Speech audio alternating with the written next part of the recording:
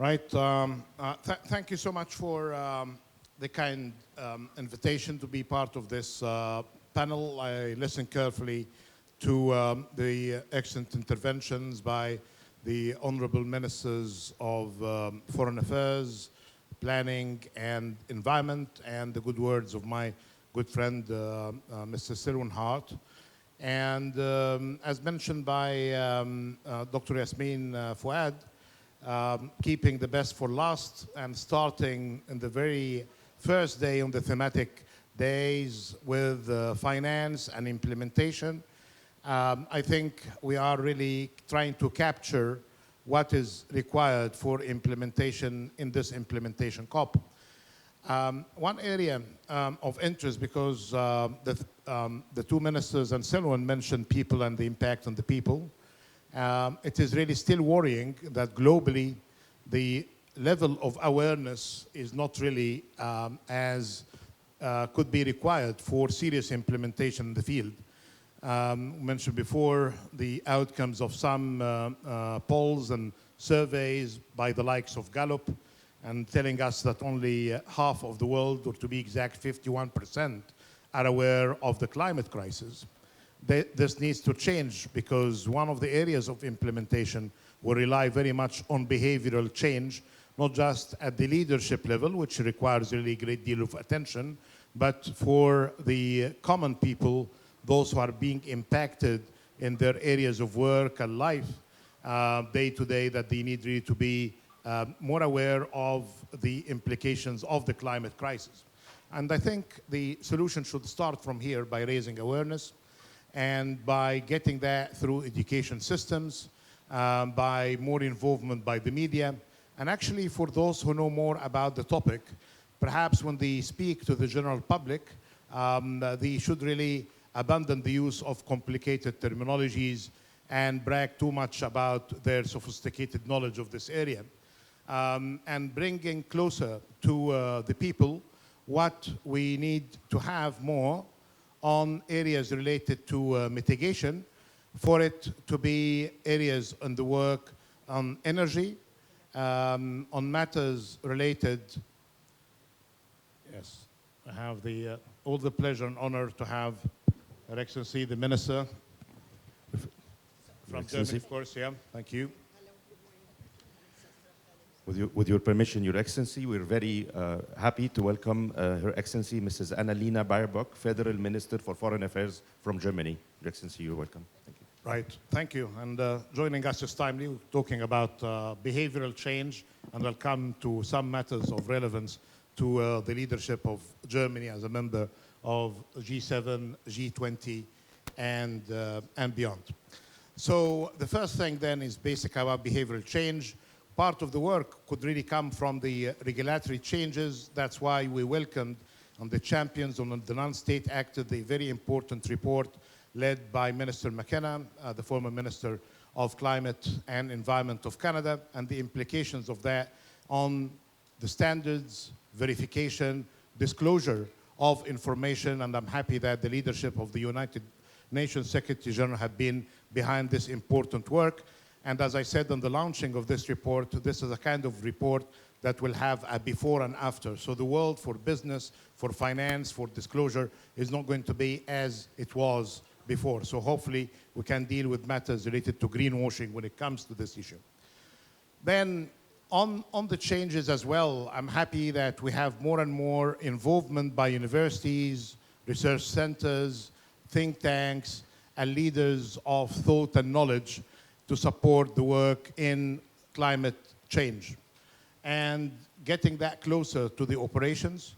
And as I said, if you go to places like Benban in Egypt, Ras Gharib, Za'farana, to see the solar and wind farms, they are products of inventions, they are products of innovation, and they are products of investments at scale. So it's between the American inventions, the European innovation, and Chinese scale production, and of course, the ability of Egyptian talents and engineers to adapt that all to the requirements of the local community. Without research, science, and support will not just have the solutions that we are after. So it's not just about finance, it's indeed about finance and behavioral change, all supported by research, science, and development.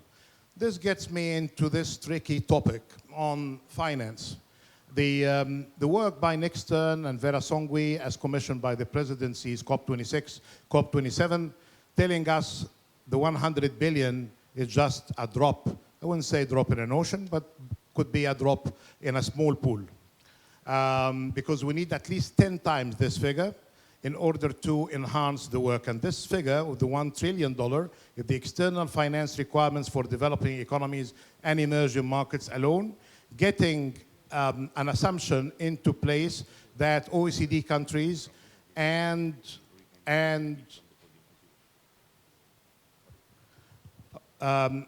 getting OECD countries and China away from the equation here, because they assume that they will take care of it. The performance of leading economies, the performance of advanced countries, those who mastered lecturing the rest of the world about the importance of climate, but very little when it comes to contributions, needs really to be revised, because without finance, we'll be just talking in circles about what should be required. I'm happy that the minister from Germany is sitting next to my right, because in this particular aspect, the 100 billion, Germany did better than others, because it's not fair as well to say that advanced economies, all of them didn't deliver, because 7 out of 23 did well. Germany is included in that list. France, Holland, Japan, and a couple of Nordic countries. But the rest of the 23 countries are with pathetic contributions. Some of them are as little as 5% of their fair share.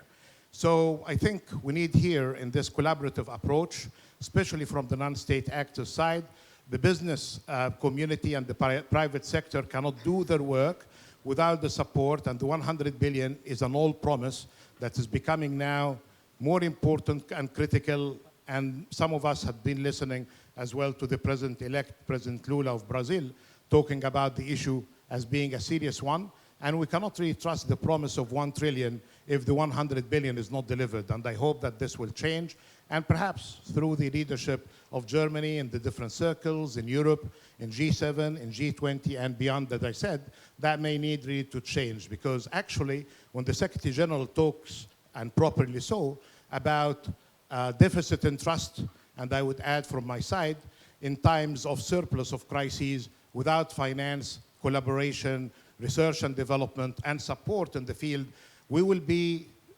meeting again and again and again, talking about the same thing, because without finance and investment, matters are going to be compromised.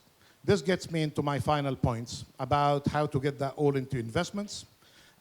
Egypt, on the substance of this summit, brought the attention of many people who are outside the camp of climate by breaking this taboo and the misunderstanding that climate is something very different from what we are talking about when it comes to sustainable development, or trying to solve the problems of energy or food crisis, or matters related to jobs and opportunities. Bringing just transition into the work, bringing the adaptation agenda of Sharm el-Sheikh with its different areas of work, and this is basically, as mentioned by the Minister of Foreign Affairs, this is the thing that next week we'll be starting working on the operationalization of the 7 areas of work: food, water, human settlements, good it was mentioned by the 2 ministers now, oceans, infrastructure, cross-cutting planning, and cross-cutting finance.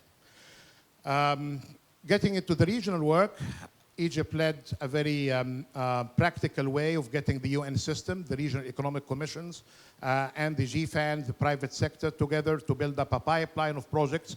So for the sophisticated elite in finance, when they say and brag that the developing economies and emerging markets do not have pipeline of projects, they need to go and check the evidence that there is a very extensive list of projects that could really be worthy of their attention, including a very important project that came from Pakistan in the Indus River, presented by Her Excellency, the Minister of Environment, to us, and this could be one good opportunity. This comes from big projects like the one in Pakistan, or smaller projects, but owned as well by small states, like the electrification of traffic system in a small island. This would require the work of investors, but without leveraging, without support of the G7, G20, and the MDBs, that will not really happen. But the list is there and the promise is there. So we need to have good outcomes on the whole matter. Then I think we'll have the opportunity to discuss this innovative project on localization of climate action. Again, this is about raising awareness and a pipeline of projects and celebrating great minds and great efforts at the local level on the Egyptian governorates. One is very proud to see how able entrepreneurs, young women, mega projects as well included, to demonstrate how they are seriously taking green and smart solutions into the field, and they seek partnerships. The final point, again, this will be on the finance, and there are lots of sessions today on the finance, so I'll just say something that perhaps in a good day of God that could really be embraced by those who control the IFIs, including the leading economies. We cannot, in this world that suffers from a financial system that is insufficient, unfair, and I would say as well, very inefficient, that we need to continue doing that, assuming that we're doing the right thing. So I think we need really to change the terms and conditions. Developing economies and emerging markets are required today to borrow to fix problems that had been resulting from malpractices since the first industrial revolution. Solutions are there. We cannot just mourn what happened in the past. But if we are serious about energy solutions, adaptation solutions, and dealing with the file of loss and damage, we have practical ideas. One of them is to do the following. We have the MDBs, the multilateral development banks. We need to consider financing for low-income and developing economies of low-middle income like Pakistan and Egypt. And the terms should be the following. 10 years grace, 20 years on finance after the grace period, and then 1% maximum to cover administrative cost and technical capacity building. Is that far-fetched? No. My good sister, Kristalina Georgieva, is doing something similar through the Resilience and Sustainability Trust Funds. Actually, the grace period there is 10.5 years. The cost is much higher, but it covers middle-income and low-income countries. If we're serious about climate action and climate implementation, it's about, again, those three areas of work. Behavioral change, getting science, research, and development seriously, but again, it's finance, investment, and project development. Having said that, in the Solutions Day that's ending the thematic days here, I think we're all energized to start working in partnerships, public-private, domestic and external, developing economies with advanced economies, because we are all in it together. Thank you so much.